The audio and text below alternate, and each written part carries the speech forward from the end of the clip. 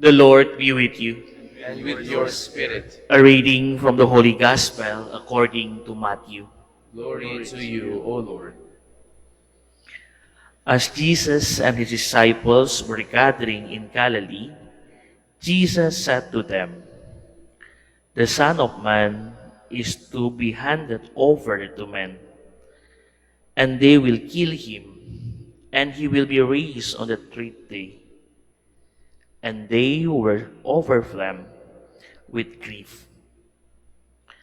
When they came to Capernaum, the collectors of the temple tax approached Peter and said, "Does not your teacher pay the temple tax?" "Yes," he said.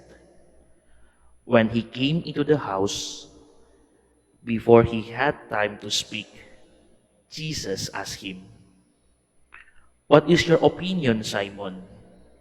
For whom do the kings of the earth take, take tolls or census tax? From their subjects or from foreigners?" When he said, "From the foreigners," Jesus said to him, "Then the subjects are exempt, but that we may not offend them, go to the sea, drop in a hook, and take the first fish that comes up. Open its mouth, and you will find a coin worth twice the temple tax. Give that to them for me and for you." The Gospel of the Lord. Praise to you, Lord Jesus Christ. Please be seated.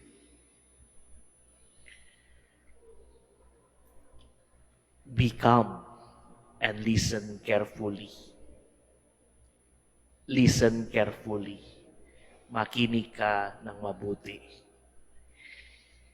Sometimes sa buhay natin, when we meet someone or other people talk to us, we easily come to the conclusion. We doesn't want to listen the story of our friends or people around us. And we easily judge that people. And in today's gospel, if you hear in the first part of the gospel, what happened to the Jesus and disciples. When Jesus told the disciple what will happen to him, the disciples already afraid and feel sad because the disciples just focus to the word of Jesus when he said he will be hand over and killed. They'll be afraid because their teacher will be hand over and be killed. But the disciples forgot. Jesus also said, "In the third day, I will be resurrected." Sometimes we focus to the smallest and the thing that we jump to the conclusion, but we cannot realize the whole story. Dear friends, my brothers and sisters, our Lord teaches us today to be calm and listen carefully, to listen the story of other people. It's invitation for us also to live the life in the fullness through the process, not immediately to the end, not to immediately to the conclusion, but we need to do the we need to do everything little by little, slow but sure, and see the process.